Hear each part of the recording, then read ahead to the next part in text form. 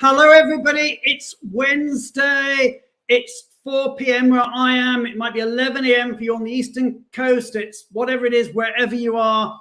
It's showtime, and it's Benivo Bites. It's the world's first mobility tech show, and we have got such a great show for you today. Now, you know how it is. Join the conversation. Write in the comments box. Tell us who you are, where you are, what your news is. Chat with each other, chat with your friends, ask questions. This is your show as much as it is ours. So say hi there to Emily. Emily's out there. Jeff's coming in. There's people coming from all over the world. This is so exciting. Now, as I think you know, we're also approved for HRCI and SHRM codes, and we'll be sharing those about 45 minutes into the show. So hang with us, and we will be sharing those codes with you in a while. But we've got such a lot of stuff that we're going to be talking to you about today. The main theme of the show today is we're going to be talking about Core Flex. We're going to be talking about the ultimate Core Flex platform. And this is a platform with points. Now, Flex is a really topical subject, hugely topical. In fact, so topical, not only are we going to be talking about it this week, but in fact, next week on The View from the Top, we're also going to be talking about the whole concept of flexibility in mobility, and that's with Morgan Crosby from Airing and our very own Michelle Durkin. So we've got some great stuff coming on up over the next, today and next week on flexibility. So really exciting. I've seen people coming in from all over the world, which is great, from Pittsburgh, from Chris from Long Island, from Cindy from Connecticut, Rob from Boston, people coming from all over. It's just so exciting. And then the following week, on the 13th of October, we're back with Benivo Bites, and we're going to be doing a whole session on how to make mobility easy. And we're going to show you how the Benivo technology can really simplify the way you handle your program whilst enhancing the user experience. The 13th of October is actually a really big day for us, because not only have we got that show talking about the technology, but it's also the day, get this, that the top 100 nominations open for 2022. So get thinking about it. But in 2 weeks' time, 2 weeks today, we are going to be opening nominations for next year's top 100. So really exciting. So lots of things going on. And then, I mean, the other thing is that, you know, I started a little feature a while ago about breaking news, you know, what's going on in this wonderful world of mobility. And I'd like to just share a little bit of this week's breaking news with you all.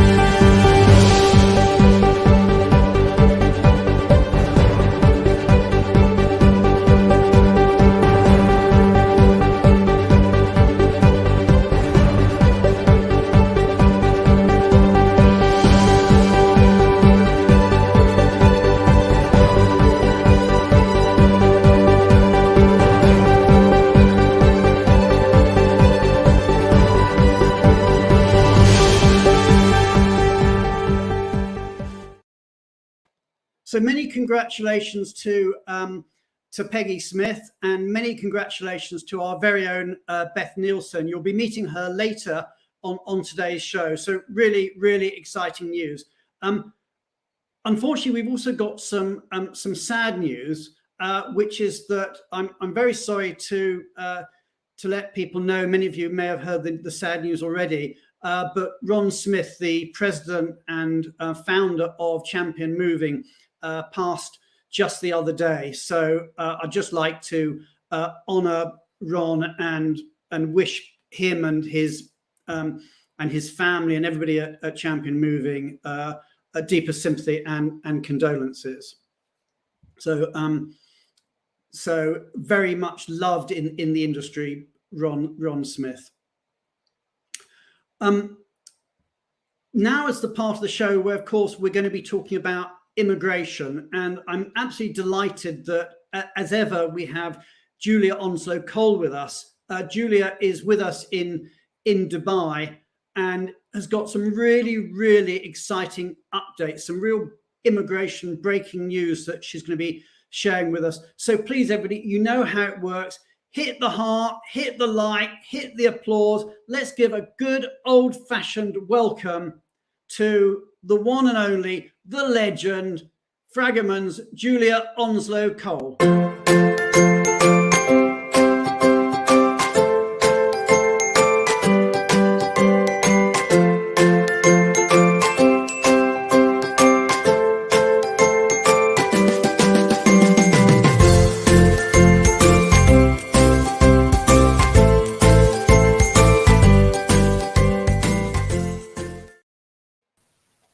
Hi, Brian.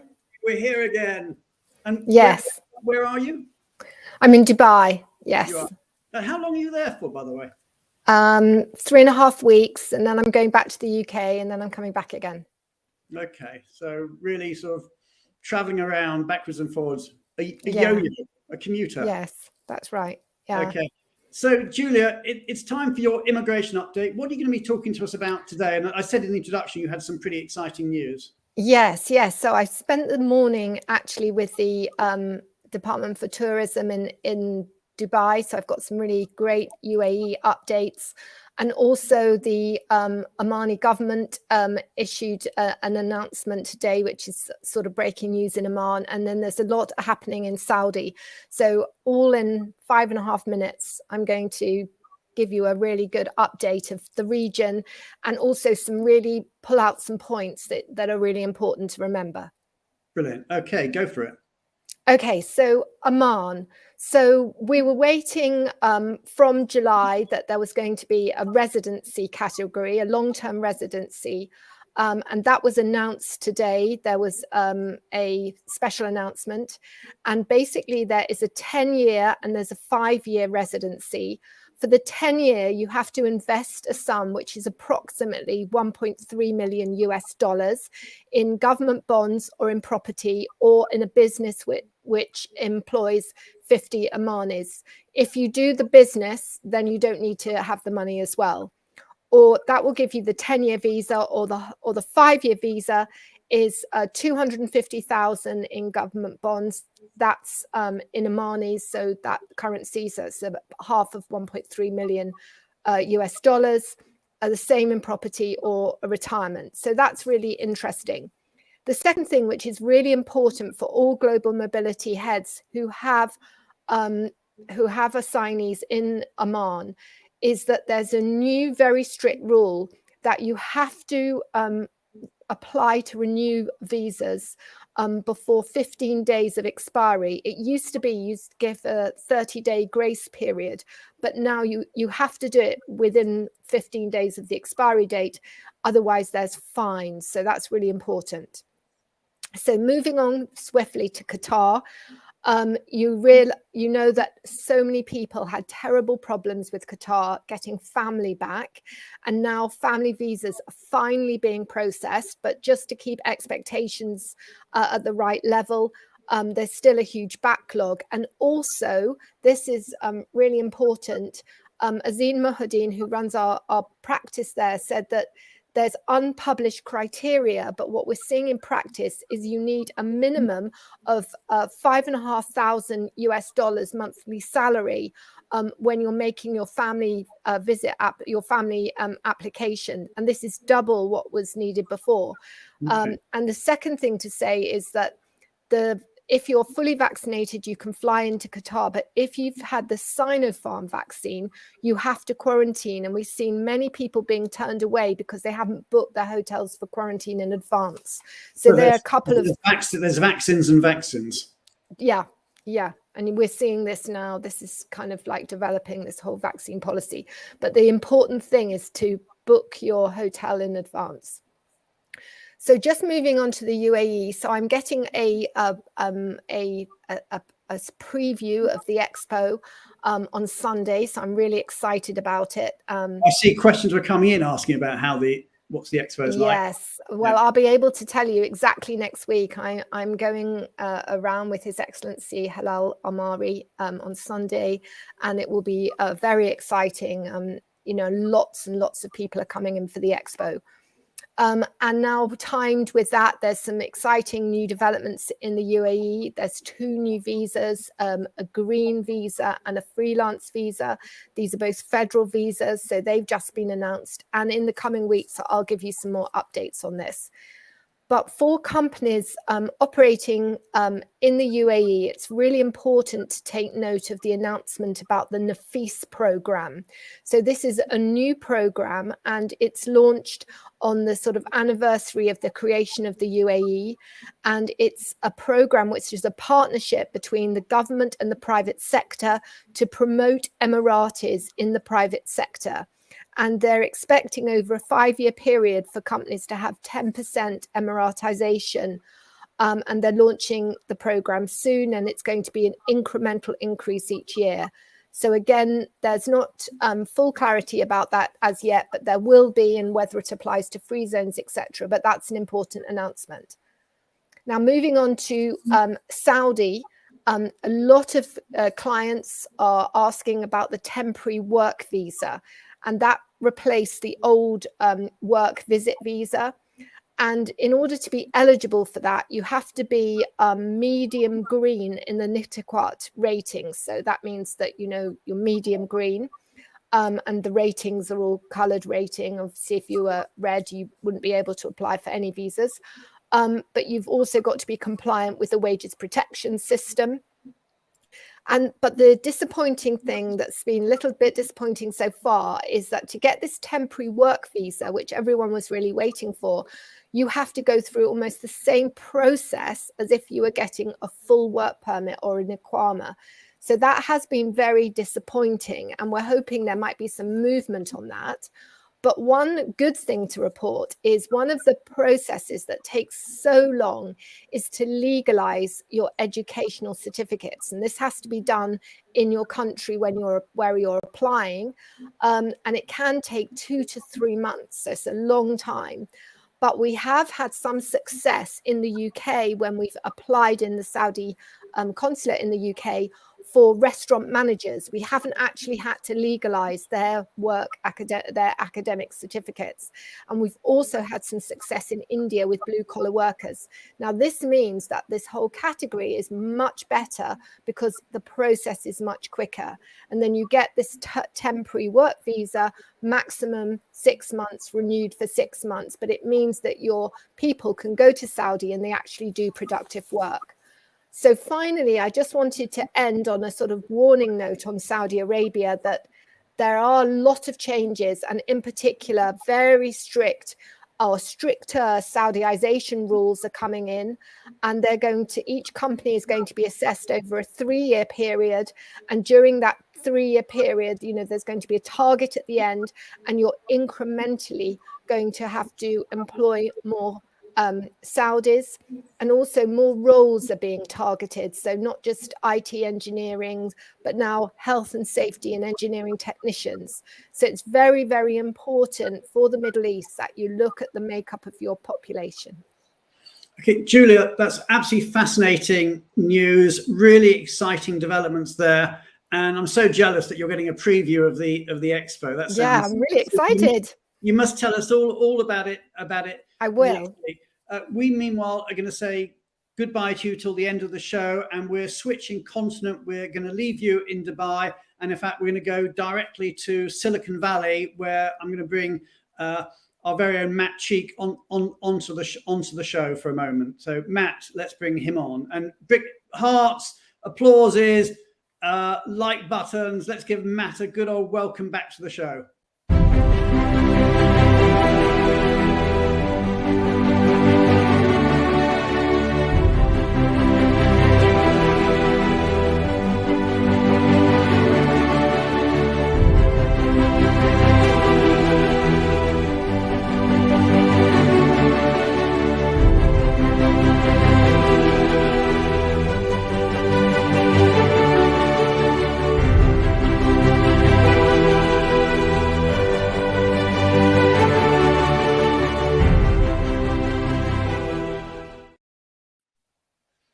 So, oh, Julia, I didn't say goodbye to you.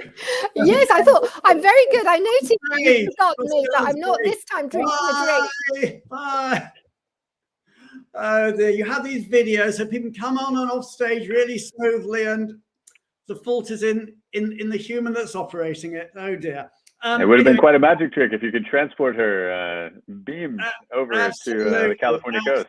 Anyway, it's all part of the fun of being live. So Matt, anyway, it's been a while since you've been on the show, and in fact, you of course did your very own relocation. You're out there in the valley now. How's life? How's it going? It was great. I did my very own, but supported on Benivo for Benivo. So there was support involved. Things are going very good. The move feels like ancient history, if to be honest. Quite settled in, and have some exciting things going on in California. I will just mention. I'll do a couple quick mentions, and then we'll get to the news of the day.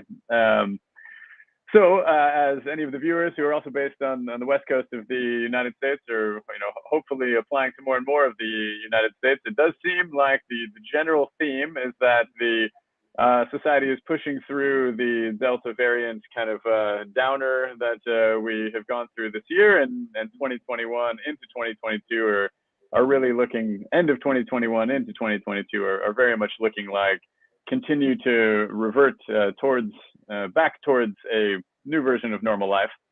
So that's very exciting. We have some great clients out here in the West Coast, and have been taking the opportunity to get to know much more of the community here, which has been great. One thing I wanted to float a balloon for was that we are going to be safely doing a few events in Silicon Valley to get to know Benivo a little bit better. Dates will be confirmed shortly, as will the invitations to everyone who is based in this area to come attend, have breakfast with us, learn a little bit about the technology development that we're working on in the sector, and get to know Benivo. So it should be a good time, and we all love the live broadcasts. They are fantastic ways to connect people across the world, and it'll be great to throw in a bit of in-person meeting in the mix there. Hopefully coming up shortly. So looking forward to those announcements. They'll be coming from us in a short couple of weeks inside that time frame. Okay, and we've got somebody new's joined us. Do you want to just mention We do. So let's talk about the very big news of the day. Is we're very excited to welcome a fantastic new team member. Will be working with me and the rest of the team. She has an impressive 15 years industry experience across tax, technology, and client services. It's a really impressive diversity of experience. And Beth Nielsen has joined and is now getting her appropriate, very big welcome to the Benivo team, and all the viewers today will have the opportunity to meet her in the segments to follow. So we're very excited. That is our big news, and looking forward to having Beth be part of the Benivo story. And in fact, I mean, Beth is in our green room. I'm going to bring her on stage now together with Nitsan, and we're going to get to today's subject. Is we really want to get into Core Flex. It's such an important subject, and there's some great technology that we're going to show you. So it's a technology show. We've got to show you some technology. We've got some great stuff there. So please, everybody, give it out. Give your hearts, your likes, your applauses to Nitsan, and especially to Beth as we bring them on stage and we discuss this hugely important subject of CoreFlex.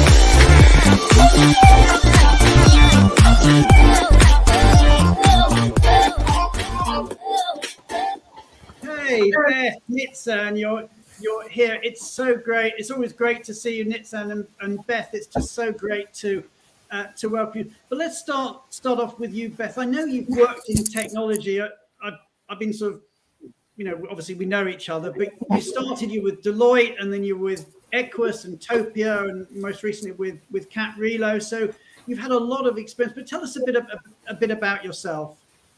Well, in addition to my global mobility career, I actually started off living in Japan for a couple of years. So I was a teacher with the JET program. But as you said, I started my proper career with Deloitte in the grad program. But I've always loved technology. So after I'd obviously become tax qualified, I moved over to Equus, really focusing on their tax, but always been really interested in what's been going on to make life a bit easier for the global mobility world. Especially, like probably a lot of people on the show, I've been hooked on listening week by week with what's been going on at Benivo, the view from the top, and Benivo Bites, and seeing the demonstrations of what's actually being delivered on a month-by-month basis, and the clients and industry giants that have appeared on the show, in addition to the employee feedback. It's just been so compelling that I've jumped at the opportunity to join the team. So thank you very much for the warm welcome. I'm just looking at LinkedIn there, and the comments, the warmth that you're getting, these comments that are coming in through LinkedIn. I mean, there's a lot of love out there, Beth, which is just great. And Beth, I mean, the technology that you've seen, the Benivo technology, we're going to be talking about it, but how would you sort of, consider it in terms of, user experience and ease and that sort of stuff? Well, obviously what I saw on the show makes it look really easy and smooth. And it's been a really pleasant surprise to find out that that's actually what it is when you get to work for the company as well. So I've been playing around with the system, and it's been great. Joining calls and being able to show the social insights and how easily it is to configure, and how seeing live how quick the implementation time is and how flexible things are and how quickly they're implemented. It's been great. It's been absolutely brilliant. Okay, well, let's move on. Let's get into the subject today is CoreFlex. And, this whole concept of flex, I think, has been around for dozens and dozens of years. But all of a sudden, it's getting a lot of, real sort of, momentum behind it. So I suppose the first question, and I'll sort of, get, both Nitzan and Beth to talk about it, is a very simple one, is why now? Why is everybody talking about CoreFlex now? So I think one of the things that are coming out of the pandemics is the need for more flexibility. Employees are expecting that, and there's been a change of the status quo, and what we've seen is companies are moving towards two directions, either towards lump sum, which we covered on many other shows, or to CoreFlex, which we've seen a trend that more and more companies are talking. We need to deliver flexibility. We want to control the experience, the cost, the exceptions, streamline that. And it seems that because of that, of one of those impacts, that has driven a change. And I'll give one example of how data can help us validate that, because we are obsessed with data here. So the show we're going to have next week with Inc. is going to talk about a benchmark report we've done with them. I'm not going to disclose everything. I'm just going to give one number that will show more than 500% increase in the number of companies who are going to either already implementing CoreFlex or are going to do it over the coming month, right? So 1 in 5 companies are doing that, which is a massive massive increase and a big trend that we are seeing. And if I can just come in on that, I mean, you said there's a five-fold increase in companies that are looking at flex, and we actually asked on LinkedIn. We asked people about that, and the question we asked them was, we said, how much flexibility would you like to see in a best practice mobility program? So how much flexibility would you like to see? And we gave people 4 choices. We said, having no flex, a very, if you like, traditional use it or lose it policy, where you just have the benefits, and you either use the benefits or you don't. A core flex, which is what we're talking about today, core plus limited lump sum, and what we meant by that is a certain amount is core, and then on top of it there's lump sum for other stuff, or indeed a full lump sum. So I'd be quite interested to ask the audience, if the audience can just sort of come out and tell us your views. How much flexibility would you like to see in a best practice mobility program? And I'll come up with what it said in a moment. But Beth, what's your view on this? I mean, in terms of flexibility in programs, and the why now? Yeah, the thing I find most interesting about Core Flex is that it's not new. And the question is not really why now, but why has it not happened yet? We've been talking about this for years. And really, there's been lots of things pushing towards, both on the employee side and the employer side, saying that they want it. But unfortunately, there's also been the challenges. So people thinking it's too complicated, tracking, exception management, reporting. So in my experience, employees and companies have loved the idea, but in reality, nobody really likes to make a choice without knowing what other people are doing. So that's the employee side, which benefits to choose or how to use their benefits in the flexible way. And on the core side, employers didn't really know what to offer, and it was a lot of admin to benchmark that appropriately in the industry. So why now? I more think of it as why is it not happened yet? Yeah, and I mean, interestingly, I'll just give the survey results, because I found them fascinating. Again, it was only a LinkedIn survey, so you've always got to take these surveys with a bit of a pinch of salt. But we had a good number of people. We had over 100 responses. And what people said is that in terms of what I'll call the traditional program of no flex, only 7% thought it was best practice. A whopping great 73%, so nearly 3/4, thought core flex was best practice. 12% thought core plus a limited lump sum, and only 7% thought a full lump sum. So if we add the 2 lump sums together, that's 19%. But a massive 73%, nearly 3/4, thought that core flex was what you should be having in a best practice program. So a really fascinating study. As I said, we're going to go into that a lot more. But maybe what we should start doing is just talk about, the types of core flex. I mean, what do we mean by core flex? Because I think you've got to get your language right with some of this. So Nitzan, maybe you want to just talk about, the different types of core flex that might be out there, and what people are looking at and doing. Yeah, and we published earlier this year with Michelle Derkin a 9 steps guide to implementing core flex that has all those definitions and is available on our website. Just to touch on the point of the type of core flex, there are a couple of main drivers. The first one is who is changing the flexible options, whether it's the business or the employee or both. We are going to look today a little bit more about where the employee is the one who is selecting, which is so like cafeteria benefits. So it's not the employer choosing; it's the employee choosing. Exactly, the employer is selecting the bucket, kind of what's the size of the budget or the allocation that the employee will have, and the employee chooses within those options. And the second definition is between, all right, so now the employee can choose how can they make those selections, and the 2 most dominant ways to do that are either via a budget, so a dollar amount or any other currency, or a point system And what we've seen, the trend is that most of the companies are looking at points rather than dollars.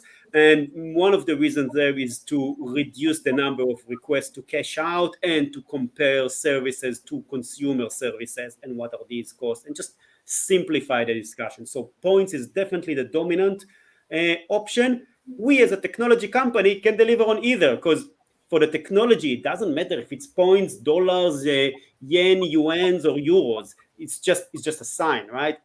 But what we will show today on the demo is going to be a points, but in the same way, we are the solution is applicable also to other currencies. Okay, so so just comment here from Bindo. I'm currently working with a senior assignee, a diplomat from South Africa, who is moving to India with the core flex options. So your insights will be very useful for me. Thank you. Well, hopefully this is going to be helpful to you, Bindo.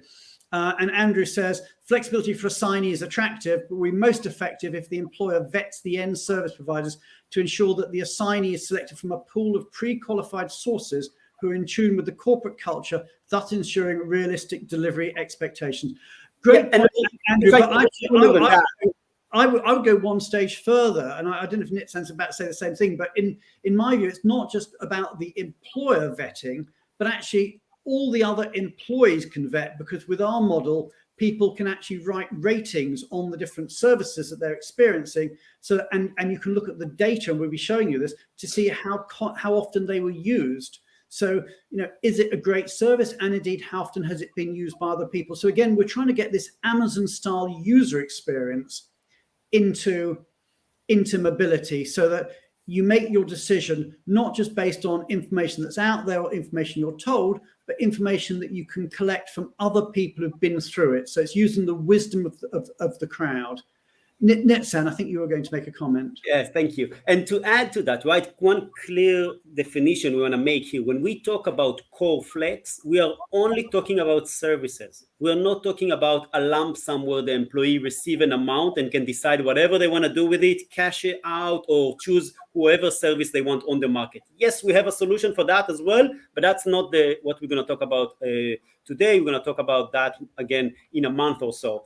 Today, we're going to talk about a core flex where the employee is given a list of defined services as the core, and then can choose from a list of services delivered by vendors selected by the corporate or the RMC, which are the flex. So just in order to make sure we all talk about the same terms.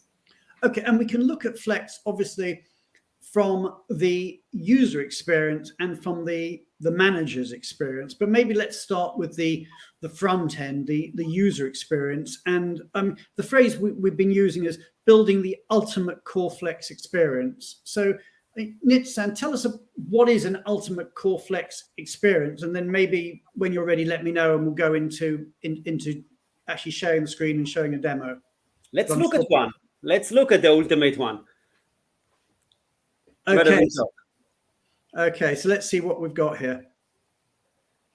All right, so we are going to start and look on the employee experience, and how do we create an experience that stands out and works as easy as an Amazon-like experience. And the first thing it's a branded platform, right? And I'm showing here a few companies who working with Benivo and participated in previous client case studies. So just showing the branding, the look and feel. It's powered by Benivo, but it's not really the key thing. The key thing is CGI or Bayer, depends where they are. And here we can also co-deliver with an RMC as we deliver with BGRS. So the solution here we are showing on CoreFlex is one that the corporate can work directly with us or via an RMC. Both options are available for the corporate or the RMC to decide. And similarly, here's how the branding works. So let's look at the employee platform. As part of our core flex experience, we deliver all the other areas of value that are included in the Benivo experience. So the action hub, the destination, we've looked at that in previous show. We will do a dedicated show in 2 weeks to spend more time on it. But today we want to talk about benefits. The benefits is where I, as the employee, can see that I have 450 points, and I can just go into it and start and see what are the benefits that are available for me to choose for. And one of the hardest things for me is, as the employee, is to make the decision, right? How do I know which services are right for me, what to choose, what not to choose, how to choose my points? Yeah, and I think the thing that we've seen here is that there's always that fear of missing out. And as Rob's saying, employee choice is great, but having an experienced counsellor assess might be useful. But actually what most people want to know is what other people did. They don't want necessarily someone telling them what to do. They kind of want to know, what did everyone else do, so that they're not missing out. And that's exactly the experience we brought here, right? So I can see on each of those available services for me, how many points will it cost me if I decide to add those, right? And I can see how many are left and how I'm managing my budget. I can see how many people have selected this service before. So I can see culture training only was selected by 3% of people. But what actually is cultural training? I can read description and I can see that Tasha had a very, very good experience with this provider. So maybe I should take it because maybe I'm a little bit like her and I want this practical advice about the location I'm moving to. So I can make those decisions just like we make decisions anywhere else as consumer. We don't just want to see a description of what's available. We want to see what others have done, and that's the experience that we've brought for the first time into CoreFlex. And I can see similarly, let's say I'm looking at a school search, and I have 2 kids. I know how hard it is, so I'm likely to choose that. I can also see that many of my colleagues have selected that, but then I can see that actually the experience has not been good, right? And what Mary here is saying is that it was actually a waste of her time, and she could just find all the information online, right? So I can see it's 35 points. I might want to save some of these points for later. And not choose that. So I don't have to make all my decisions now. I can go between the different categories, choose what I want, and just like we will have a shopping basket on Amazon, I can see a summary, decide if I check out, or maybe come back later, as well as check out for some of it, and can return later to buy what other services we want. A question that's come in for you, Nitsan, just putting it here from Rob. Do employees get a chance after their assignment is over to provide feedback on what they wish they'd selected? Surely someone planted that question, right? Absolutely, yes. And that's exactly the next screen I was about to show, is that I can see here the services I've selected. I can see the status of the service. I'll talk about it in a second. And I can even post a review and say, what was my experience with this specific vendor? And that's what we call pulse surveys. So this is exactly the way when you're buying something on Amazon, after you've received it, you can go in and you can write a review. So it's exactly the same concept. So the whole thinking behind this Benivo user experience is we're learning from the best of the consumer grade organizations and taking their thinking and bringing it into mobility. Absolutely. And the experience we created here is very, very easy to use, but it's extremely sophisticated on the back end of that. And I'll talk about the ability to customize that for each corporate needs, to show the relevant vendors that they want, the points, to define a different experience for every population, and even to be able to set points that are calculated on the fly. What do I mean by that? If we have a shipping that is happening between New York to Boston or New York to Sydney, it costs very different. And we can reflect that into the number of points that the employee will need to pay or to dedicate as part of their package, based on these variables, based on the family size, the size of the temporary housing they need, etc. So it's a very, very simple interface and easy to use, but there is a lot of complexity behind the scenes. And another question that's come in from Andy Conduit-Turner: does the platform implement a minimum feedback threshold before showing scores to ensure representative UX ratings?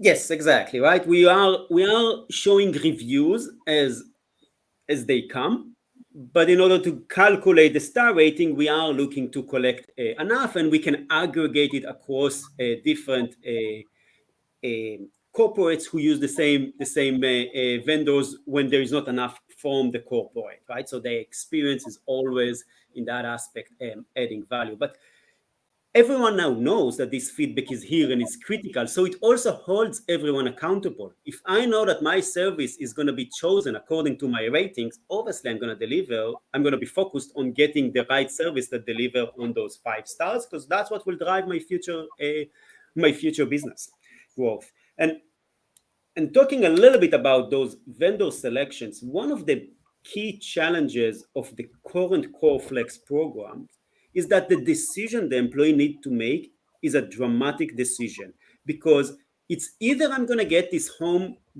school search support, or I have nothing, right? There is nothing in the middle. And as the employee, that's a scary decision, right? Because what happens if I don't select it? And what happens if I thought, oh, it's easy, and actually when I arrive, I realize that's a pain. And in order to reduce that big decision into a more digestible decision or an easier decision, what we've done is we've added our digital destination as default. So by default, I'm getting support on all the areas of my relocation, including finding a school, with digital solutions available for everyone. So what we're saying is that we're providing a baseline level of support, so that even for the things that aren't in the core, which are in the flex part, there's still something in the core, effectively. There's still a digital solution that gives them a level of information before they decide which services they want to select. So nobody's left completely without any information. Yes. Sorry, go ahead. I was going to say, before we move on from the employees making decision, one of the things that I know we've spoken about is there are going to be some employees who just are paralyzed. They can't make a decision. They're concerned about missing out, as I said, all this flexibility without accountability, to use a quote from Erin O'Grady last week. So it's what can we do there? And I know that in addition to being able to build up your package, you can actually reach out to someone and get them to review that package. So in line with Robert's comment earlier, you can get that feedback. It's not just relying on user reviews. You can get someone to review it and say, actually, is this a reasonable allocation of my points? Yeah, I think it's fair to remember that, employees, it is a very difficult time. Sometimes we forget it because we're professionals in the industry, but for somebody moving, it is very, very scary sometimes. And there is a fear of missing out, FOMO, as they call it. But one of the ways to solve that problem, apart from help with the decision, is actually finding out what other people have done before and the user ratings that we have in there. Mm-hmm. And a comment that's coming from Robert here: can employees receive monetary rebates via Benivo's platform? Yes, absolutely. Yes. So one of the companies who we work with, the way they've implemented it is that for some of the services, they are giving the employee a reimbursement. So the employee can choose that service, let's say pet shipment, and I'll be eligible for $2,000. I go, I have a list of vendors that are available for me, but I, as the employee, make the selection. If it's more than $2,000, I'm only get reimbursed at $2,000. If it's less, I'm going to get reimbursed on the actual amount. They submit the invoice on the Benivo platform. Our machine learning algorithm automatically scan, check it, compare it to the policy rules, and make the repayment instantly. We will talk about that in one of our coming shows to show how exactly that expense management works, but it's a phenomenal experience that consolidate all the different areas into a single platform and in a single also reporting capability. The general rule with this technology is it's very flexible, so it goes exactly how the employer wants. So if the employer wants the ability to have rebates in there, it's in there. If they don't want the ability to have rebates in there, it isn't in there. It's absolutely personalized to what the employer wants. Yes, exactly the same with cashing out. Although we've noticed that cashing out was a hot topic to discuss 2-3 years ago, and now no one is, or very rarely we hear companies looking to offer cash out as an option on a Core Flex program. Okay, so we've talked about baseline support. I think another area that maybe you're going to come on to, Nitzan, is the whole question of actually enhancing the choice for employees. Yes, and that's a great story where we learned from one of the corporates who was a very innovative team in their approach. And what they said, well, the traditional relocation services are great, but especially now as we're looking to support more inclusion and more diversity in our program, how can we cater for more needs of employees without creating exceptions, right? So before that, they were getting a lot of exception requests, and they wanted to see how do we reduce those exceptions but still provide a wider experience, and kind of challenged us into offering a lot more services rather than those services that will be delivered by the industry vendors or via the RMC, such as So what sort of services are we looking yeah, at? anything from lifestyle like yoga classes and swimming classes for the children when they move into a new place, to more examples such as ordering a settling in meal, a cleaning service, even getting help with a handyman to help us assemble the furniture that we receive into our property, and basically being able to extend that to a much wider range of services, allowing employees to use their points to the max, and whether that's going to be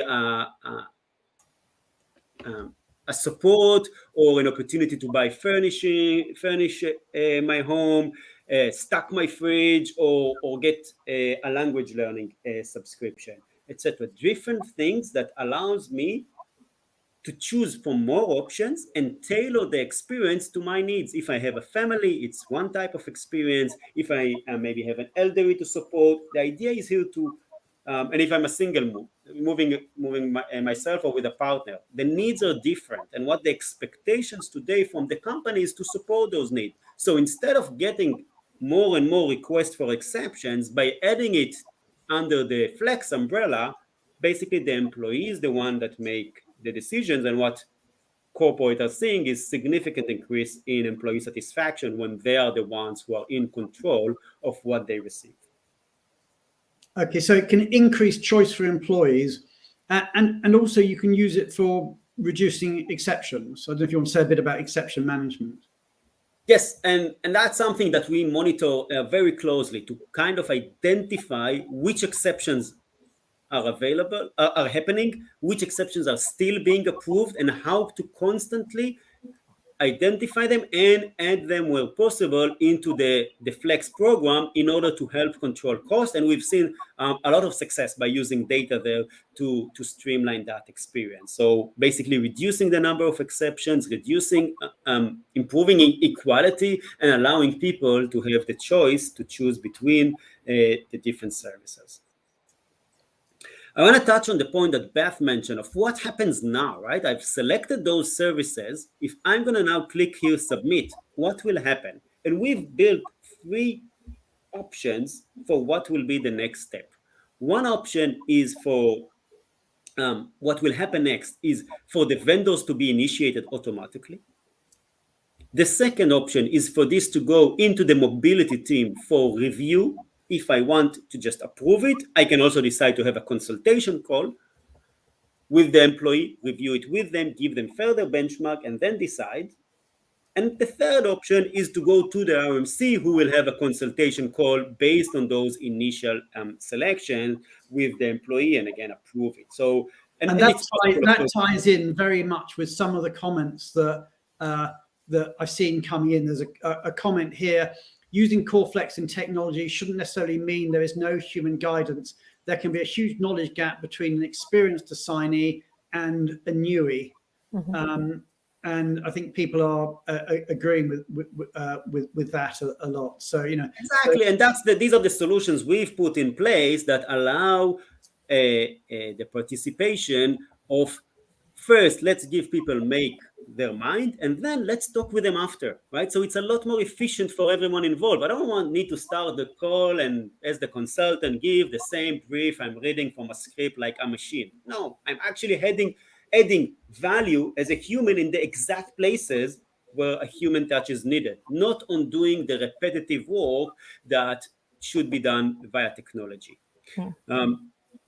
And if I'm going back into this core flex, right, I can see also my core services. I can see the flexible services that I've selected earlier today, and I can see my pet travel is still waiting for approval.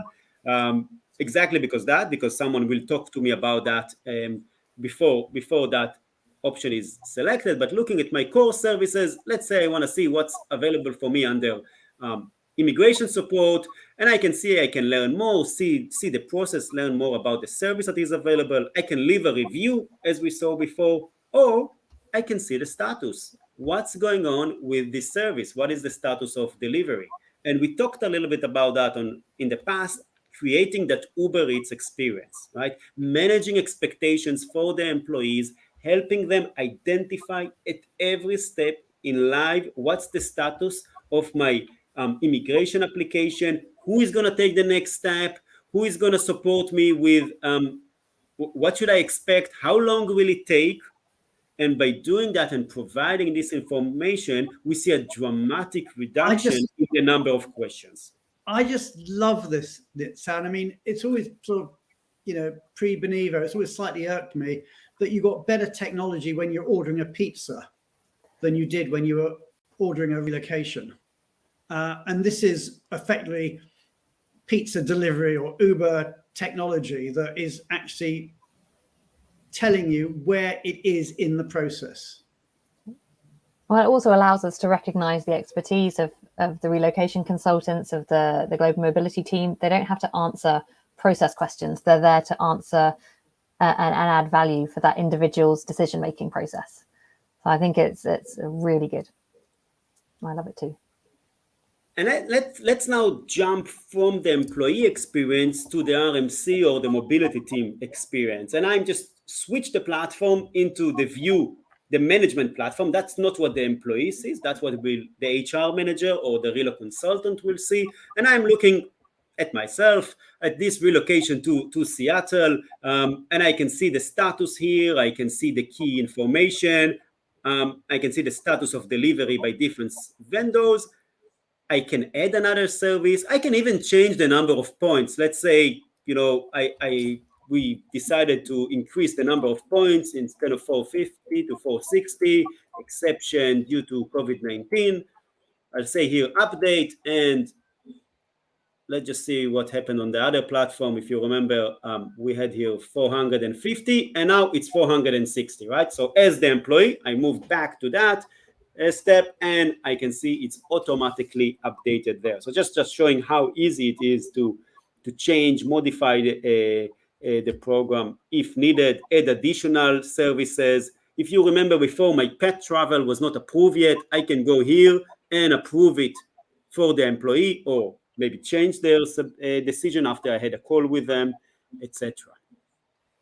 Or add to them additional services that before were not initiated to them.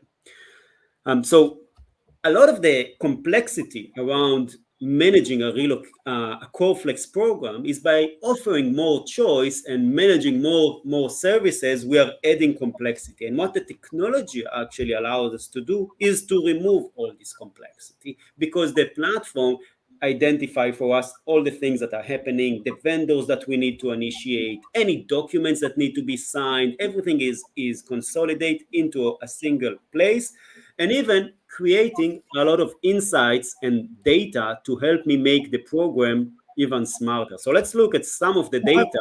Well, I wanted to get onto that. I mean, how can we use data? Maybe Beth, you can come on this too. How can we use data to make the program smarter? I think we're going to see hopefully some fancy graphics, something prettier. I think there is a difficulty, as I mentioned before, why have lots of companies not introduced a core flex program? And I think one of the biggest barriers to doing that is choosing the right elements to go into your program. And what do you need to make choices? Well, you need data.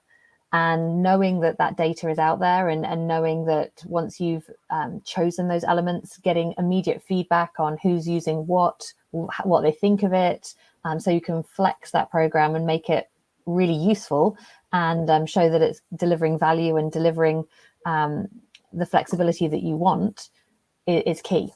So if we talk through what the screen's showing. Yeah. So I think, just to give you a few examples how data can help us make our program smarter. First, we can see what employees are choosing, right? So which kind of services are popular, which ones are not popular. We can analyze the exceptions, as I mentioned before, and see what else we should put inside the program. Perhaps if everyone is selecting a service, we might consider moving it from a flex to a core, etc., making those decisions. We can see the selection by category, by job title, home country, host country, really drill down by any parameter that we want. It's all dynamic, available for me here. I can see how many have been initiated, completed, pending, etc., as well as in the dashboard, I have my to-do list. So how many services I need to update, or my team needs to update, what has been overdue, etc. Key performance, how many points on average employees use, what's the dollar value of that, and then connecting that into the rating, right? So what are the scores that my vendors are getting? I can look only on the flex, or also to add the core, or only on the core. And see what are the scores that these vendors are receiving. I can see immediately here there are a couple of vendors around pet travel, right? We saw before that was under delivering not that well. So maybe it's time to change, or at least to have a chat with them and see what could be improved. I can see here the popularity of the services comparing to the rating. So each service, how popular it is comparing to the rating they receive. Further on, rating by vendors, a lot of insights that our data scientists also help make those decisions and continuously improve the program. I can see what's already inside my program, right? And also benchmark that to other programs and see what maybe I should consider to add or to remove, because these are some of the key decisions, right? Or the key challenges about setting up a policy. What should I have there or not? And I also have here my, if I want to see what would a typical employee will have. So let's say if their job level is in the R&D team, and their host country will be Canada with a family size of 2, I can then see what they will be eligible to, right? So they will be eligible to 186 points or 200 points, depending on their exact job level, and just giving me that information of what am I currently offering, what's available for us on our policies. And I think getting this information in real time just helps us to have that conversation with the companies as well, what their employees actually doing. So something they might not know until quarterly reports afterwards or annual reviews. Really immediate feedback. Okay, we're getting towards the end of the hour. So Nitzan, Beth, just wondering if there are any final comments on where you saw CoreFlex going and next steps. Well, I think it's the time to act is now. I think it's finally, there is a way of making it easy. Hopefully that's been shown today. So Nitzan, next steps? Yeah, I think, the next steps are happening for us as an industry, right? We need to decide, are we going to be reactive to that, or going to be proactive in defining our future? There is obviously more need for flexibility, and we've seen 1 in 5 companies already taking actions now in order to introduce CoreFlex policies. And what we will be happy to do is to discuss more, share what other companies are doing, share the insight, connect. Also, there are lots of people at the same stage as you are now that are kind of, I know I need to do something about it, but I'm not sure how to figure it out. And we're just happy to connect, facilitate those conversations, and of course share what's happening, because it's very exciting. It's definitely forward thinking, and the change is happening. So really looking forward to working with many of the people here about the future of mobility and making that easy via CoreFlex. Yeah, I mean, it's been fascinating. There's no doubt that, and maybe it's a post-pandemic thing, is that everybody is focusing on flexibility at the moment. Maybe it's to do with the great resignation. I don't know what it is. Maybe we've just become more used to using technology over the last 18 months. But something has changed, and certainly every company we're talking to at the moment seems to be looking at flexibility, seems to be on the agenda somewhere in one form or another. Flexible policies or lump sum, or in particular core flex. I said that poll we showed at the outset, I think it was nearly 75%, 73% of people said that a best practice policy should have some form of core flex in it. So anyway, we're at the top of the hour. Let me bring back Julia. That was really interesting. Yes, so nice to see you as well, Beth, as well. And so it's great to have everybody here. It's been a great show. And we're going to be back again next week when we have Morgan Crosby of Airing and Michelle Durkin from Benivo. And they're going to be talking about a groundbreaking survey that Airing and Benivo have done on flexibility and mobility. And that's talking much broader than just core flex. It's talking about flexibility in all its form. Anyway, thank you very much for being with us on the show today. It's been great presenting the show. It's been great having everybody here. So goodbye from all of us. Goodbye, everybody. Bye.